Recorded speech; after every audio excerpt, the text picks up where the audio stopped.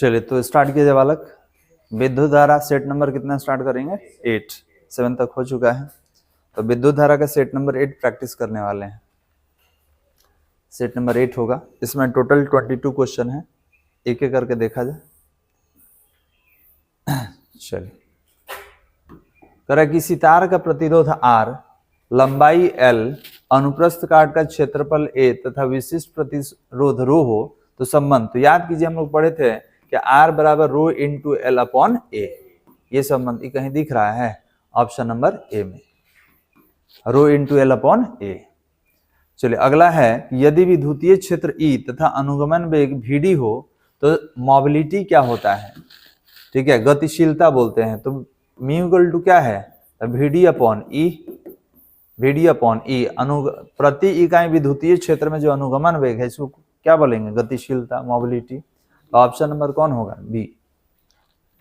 चलिए नेक्स्ट, स्वतंत्र इलेक्ट्रॉनों की ऊष्मीय चाल कमरे के ताप पर कितना होता है?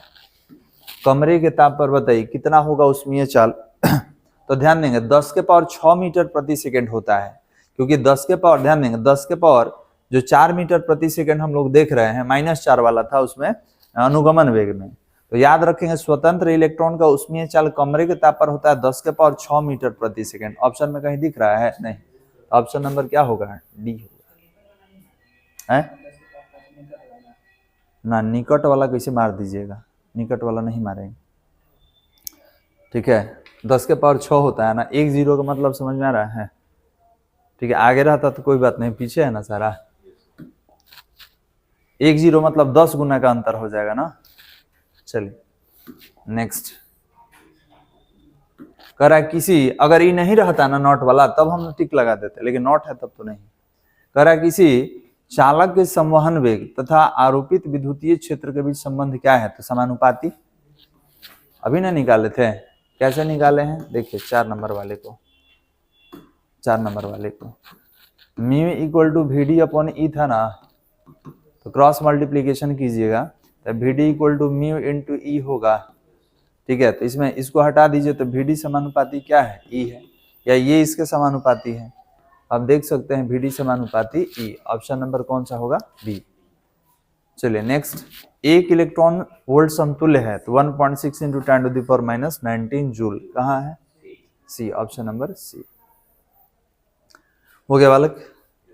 अगला क्वेश्चन, समान लंबाई और 10 ओम के समान प्रतिरोध वाले 4 तार वर्गाकार आकृति में जुड़े हुए हैं, तो वर्ग के विपरीत कोणों के बीच तुल्य धारिता। अब ये क्या क्या बोला है, थोड़ा सा डायग्राम के माध्यम से समझते हैं। 6 नंबर है ना। चलिए, हो गया। 4 प्रतिरोध है, 1 2 3 और 4, यही कर लेते हैं। तो आपने बोला सर 4 प्रतिरोध है, देखिए 1 2 3 और 4, ये था ना। नाम दे दीजिए ए बी सी और डी। ये भी 10 ओम है, ये भी 10 ओम है, ये भी 10 ओम है और ये भी 10 ओम है। अब कह रहा है कि 2 सिरों के बीच वोल्ट था, तो अब बताइए इसका कॉर्नर तो यही है, यही है, तो इनको कह रहा है कि इनके टर्मिनल के बीच आप निकालिए। देखिए ध्यान से पढ़िएगा, कह रहा है कि वर्गाकार आकृति में जुड़े वर्ग के दोनों विपरीत कोणों के बीच तुल्य प्रतिरोध होगा। तो इसको थोड़ा सा घुमा दिया जाए, इसको हम रोटेट कर दे रहे हैं ताकि इनके बीच हम क्या निकाल सके? संबंध। ऐसे हो गया।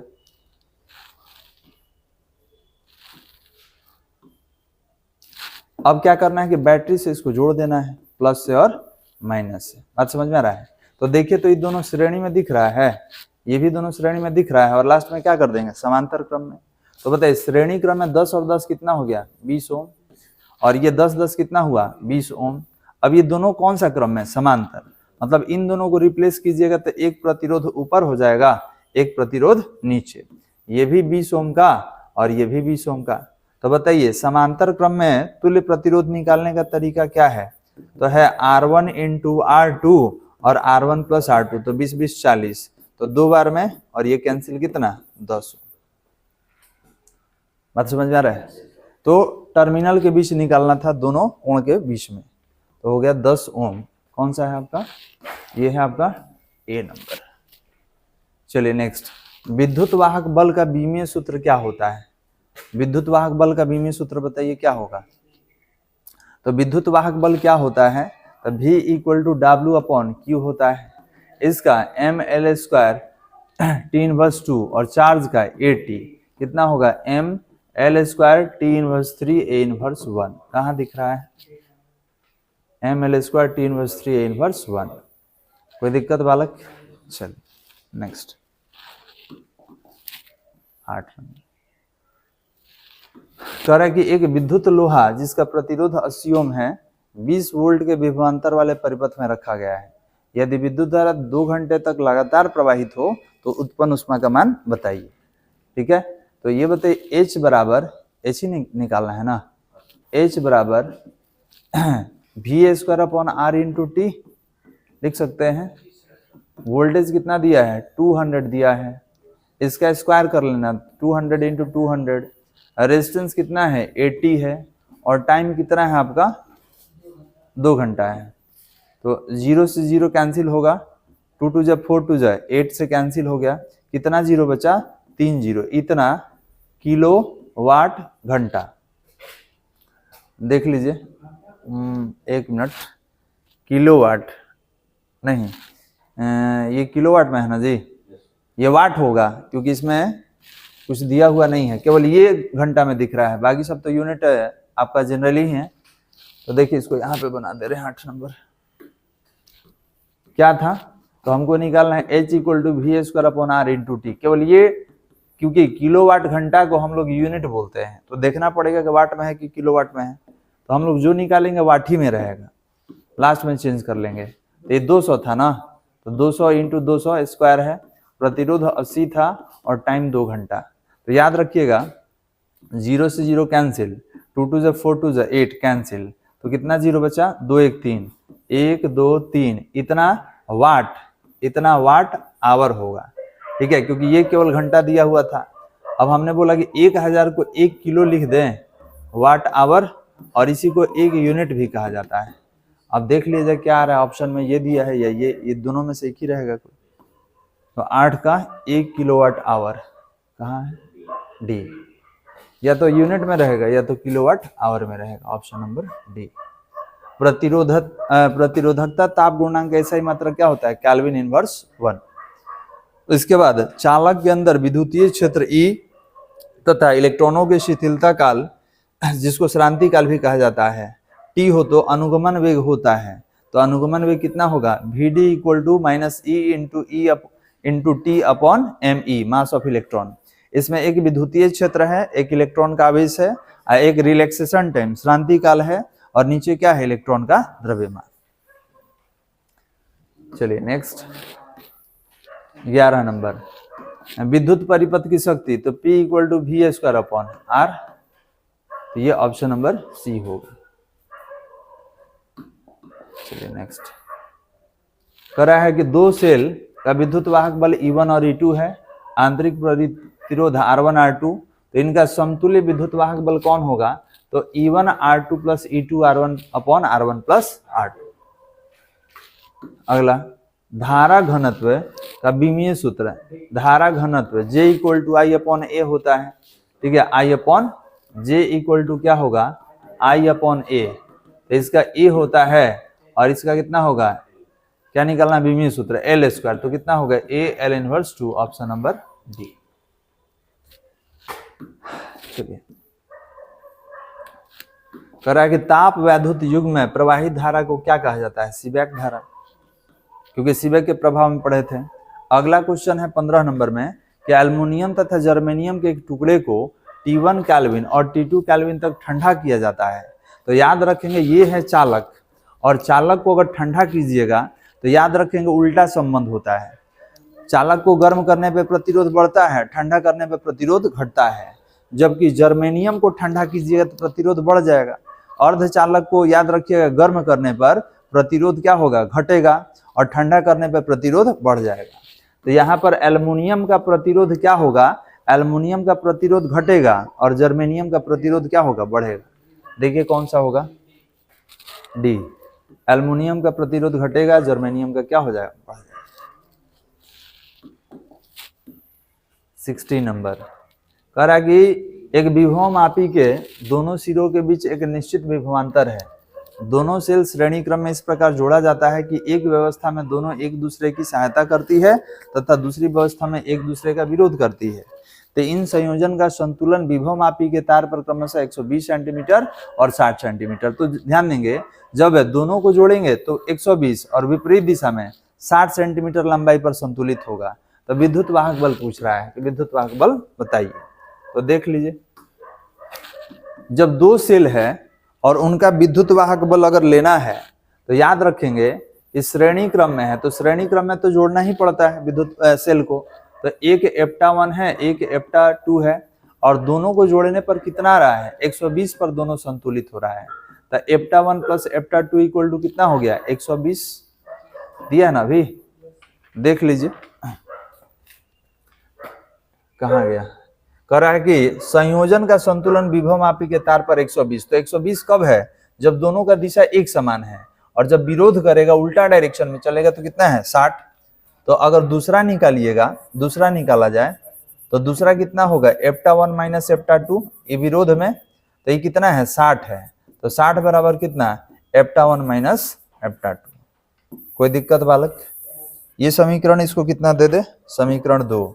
अब दोनों का अनुपात ले लिया जाए, दोनों का अनुपात लीजिए तो अनुपात लेंगे तो एप्टा 1 प्लस एप्टा 2 और नीचे एप्टा 1 माइनस एप्टा 2, ये कितना था 120, ये कितना था 60, कटा दीजिए 6 दूनी 12, 2:1, क्रॉस मल्टीप्लीकेशन कीजिए, एप्टा 1 प्लस एप्टा 2 इधर होगा तो कितना 2 एप्टा 1 माइनस 2 एप्टा 2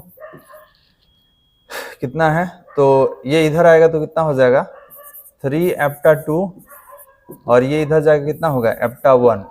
अब संबंध किसमें निकालना है, एप्टा 1 अपॉन एप्टा 2। तो एप्टा 1 अगर एप्टा 2 निकालिएगा तो इसके नीचे इसको लाइएगा तो 1 अपॉन क्या हो जाएगा 3।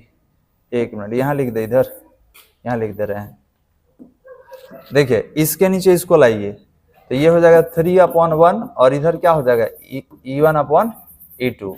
तो बताइए अनुपात कितना का गया, 3:1 दिख रहा है कहीं, सी, ऑप्शन नंबर सी। अब कैसे थोड़ा ध्यान से देख लीजिए, पहले क्या किए हैं, एक ही दिशा में इन लोग का संयोजन था, तो संयोजन में क्या हो जाएगा, लंबाई बढ़ेगा, विपरीत दिशा में घट जाएगा। ये दोनों का अनुपात लेके कटा दीजिए, कैंसिल कर दीजिए, ठीक है। क्योंकि आपको मालूम है कि हम लोग पढ़े थे पोटेंशियोमीटर में, विभवमापी में, कि हम लोग विद्युत वाहक बल और लंबाई का तुलना करके निकाल सकते हैं लेंथ को, कि कितना दूरी पर संतुलित होगा। या आपने ये भी पढ़ा था कि विभवमापी का उपयोग किस लिए किया जाता है, तो सेलों का विद्युत वाहक बल तुलना करने में, तो वही हम लोग निकाले हैं। दोनों का अनुपात लिए तो 2:1, तिरछा तिरछी गुना करा के निकाले संबंध, तो E1 अपॉन E2 कितना आ गया 3:1। क्लियर है बालक, चलो ये हो जाएगा आपका ऑप्शन नंबर सी 3:1। आगे बढ़ जाते हैं, कह रहा है 5 ओम प्रतिरोध के एक तार से जिसका विभवांतर 7 वोल्ट है 20 मिनट तक धारा प्रवाहित होती है, तो उत्पन्न ऊष्मा का मान बताइए। 17 नंबर, इसमें क्या करेंगे कि H बराबर V² upon R into T इतना हो जाएगा, और कैलोरी में है तो कैलोरी के लिए 4.2 से भाग देना पड़ेगा आपको, ठीक है। तो क्या है देख लीजिए, 7 वोल्ट है, 20 मिनट है और 5 ओम है। क्लियर है बालक, और मिनट को सेकंड में बदल दीजिएगा, ध्यान रखिएगा। हाँ 17 नंबर हम बना दे रहे हैं। तो बताइए H बराबर V² upon R into T होता है, वोल्टेज 7 था, 7 का स्क्वायर कर लीजिए, टाइम 60 मिनट था, मिनट को सेकंड में चेंज करने के लिए 60 से गुना, और प्रतिरोध कितना था आपका, प्रतिरोध कितना है 5 ओम है, 5 ओम का प्रतिरोध है। और याद रखेंगे ये रिजल्ट जूल में आएगा, कैलोरी में चेंज करना होगा तो 4.2 से भाग दे दीजिएगा। तो H बराबर कितना होगा 49, 3600, 5 इंटू 42, दशमलव हटा दीजिए, 1 0 ऊपर चला जाएगा। सबको सॉल्व कर लीजिएगा, H बराबर आ जाएगा 2800 कैलोरी। ठीक है, याद रखेंगे इसमें क्या है, तो हम 4.2 से भाग दिए हैं कैलोरी में चेंज करने के लिए, नहीं तो जूल में आ जाता। तो कितना होगा आपका 2800 कैलोरी। चलिए इसका बताइए। तो 18 नंबर कह रहा है 14 गुने 10 के पावर 5 ओम प्लस माइनस 20% प्रतिरोधक का कलर कोड क्या होगा? नॉट, इनमें से कोई नहीं। क्यों?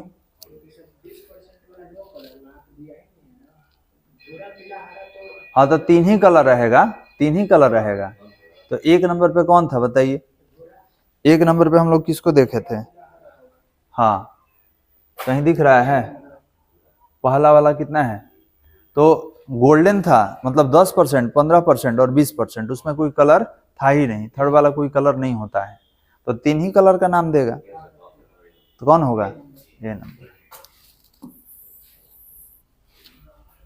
चलिए परिपथ का समीकरण बता दीजिए। 19 नंबर परिपथ का समीकरण क्या होगा? तो ध्यान देंगे, जैसे v equal to I R लेते हैं ना, तो e इक्वल टू कितना होगा? I R plus R. इसी को अगर सॉल्व कीजिएगा ना तो ये हो जाता है एप्टा इक्वल टू, ठीक है, ये मल्टीप्लाई कर दीजिए तो आई आर प्लस आर। ठीक है, अब इसको इधर लाएंगे, इसको इधर लाइएगा तो ये हो जाएगा v equal to I R, तो एप्टा इक्वल टू v प्लस आर, और v निकालिए तो कितना हो गया? एप्टा माइनस आई आर हो जाता है। यहाँ पे आई होगा आई आर। बात समझ में आ रहा है हालांकि? तो याद रखेंगे ये परिपथ समीकरण है। क्वेश्चन नंबर कितना है? 19।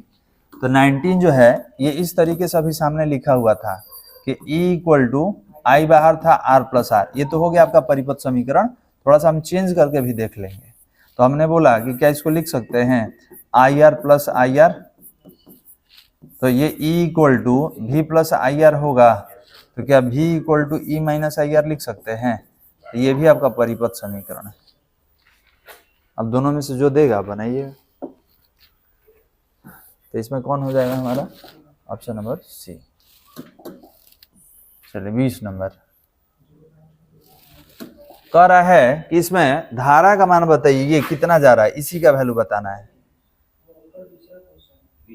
एक मिनट। अच्छा हाँ ये है ना क्वेश्चन नंबर 20 के, ये है, ये इसका है। नहीं, एक तार में 1 माइक्रो एम्पियर की धारा प्रवाहित हो रही है। यदि एक इलेक्ट्रॉन पर आवेश इतना हो तो प्रति सेकंड प्रवाहित होने वाला इलेक्ट्रॉन का संख्या बताइए। तो ध्यान देंगे Q equal to I T पढ़े हैं, Q equal to N E होता है आई टी, और यहाँ पे n निकालिएगा तो आई टी अपॉन ई। अब करंट कितना है? 1 माइक्रो एम्पियर, तो माइक्रो हो गया 10 के पावर माइनस 3, माइनस 6 हो गया। ठीक है, टाइम कितना है? प्रति सेकंड है तो 1, और इसका होता है 1.6 into 10 to the power minus 19। अब इसको सॉल्व कर लीजिए। n इक्वल टू कितना हो जाएगा? ऊपर 10 नीचे 16, और ये कैंसिल करा दीजिए, कितना हो जाएगा? 10 टू द पावर माइनस 13। ऊपर जाके किस में हो जाएगा? प्लस में। इसको भाग दीजिएगा, इसको डिवाइड कर लीजिएगा तो ये कितना होगा? 0.625, और ये कितना हो जाएगा? 10 टू द पावर 13। कौन होगा? ये नंबर, ये हो जाएगा। निकाल लीजिएगा रख के वहां पे। चलिए नेक्स्ट। अब इसमें कह रहा है ये क्वेश्चन में ये आई का वैल्यू, इसका वैल्यू बताइए। तो आप जानते हैं कि इस जगह पे सारा करंट का एडिशन 0 होना चाहिए। तो कौन कौन एंटर कर रहा है? 4 plus 6 minus 10 minus 4 plus 5 plus 2 minus I plus 7 equal to क्या होना चाहिए? 0। अब आप ऐड करके देख लीजिए, तो 4 से 4 तो कैंसिल हो गया। ठीक है, अब कितना है आपका? तो माइनस 10 है। तो आप ध्यान देंगे 6 5 11, 11 2 13, 13 और 7 20, तो 20 माइनस 10, ठीक है, इक्वल टू कितना? आई वाला इसमें कौन है जी? आई कहाँ लिखे हैं? अच्छा हाँ, इसको इधर ला दीजिए तो आई इक्वल टू कितना हो जाएगा? 10 एम्पियर है इसमें कहीं। देख लेना है, सबको जोड़ने पर रिजल्ट 0 होना चाहिए। जितना आएगा उतना ही बाहर जाना चाहिए। चले कितना? 22 नंबर। 22 नंबर में क्या कह रहा है कि तांबे के तार को खींचकर उसकी लंबाई में 1% की वृद्धि की जाती है। तो बताइए प्रतिरोध में प्रतिशत परिवर्तन। तो याद रखेंगे जब भी लंबाई में कह देगा कि 1% हम वृद्धि किए हैं, तो लंबाई में वृद्धि होगा तो याद रखेंगे प्रतिरोध भी बढ़ जाएगा। और जब 1% से 10% तक रहेगा तो दुगना बढ़ जाता है। तो प्रतिरोध में कितना प्रतिशत का वृद्धि? 2%। तो ऑप्शन नंबर डी। तो लंबाई बढ़ेगा तो प्रतिरोध भी बढ़ जाएगा, दोनों एक ही है। अच्छा, तो जो पहले है, एक काम कीजिए, इसको कम ही कर लिया जाए, नहीं कम ही कर लेंगे, ये वृद्धि, तो ये हो जाएगा। टाइपिंग एरर होगा यहाँ पे। और बता दे, अगर त्रिज्या कहता ना कि त्रिज्या में 1% का कमी हो गया, तो याद रखेंगे प्रतिरोध जो है, रेजिस्टेंस, ये 4% बढ़ जाएगा। ठीक है, 4% बढ़ जाएगा। क्यों? क्योंकि त्रिज्या A=πr² होता है, क्षेत्रफल प्रतिरोध में उल्टा संबंध। तो त्रिज्या बढ़ाने का मतलब आप लंबाई बढ़ाए हैं, और याद रखेंगे r² होता है, तो इस केस में क्या होगा, 4 गुना बढ़ जाएगा। ठीक है, तो याद रखिएगा त्रिज्या में अगर कमी होगा इसका मतलब लंबाई बढ़ा है, तो लंबाई बढ़ेगा तो प्रतिरोध भी क्या होगा, बढ़ जाएगा। तो कितना होगा, 4%। तो यहाँ पे त्रिज्या नहीं है, यहाँ लंबाई है, तो लंबाई के केस में दुगना हो जाएगा। कितना हो जाएगा, 2%। इसका लॉन्ग मेथड बताया है, इसका वीडियो में देख लीजिएगा, जो असाइनमेंट को सॉल्व करके बताया गया है। हाँ, ये होगा। ठीक है, ये नहीं होगा। ये कब होता है, कमी कब होगा, जब घटाएंगे तब, लंबाई कम कीजिएगा तब होता है। तो बस यहीं पर रोक दिया जाए, बंद कर दीजिए।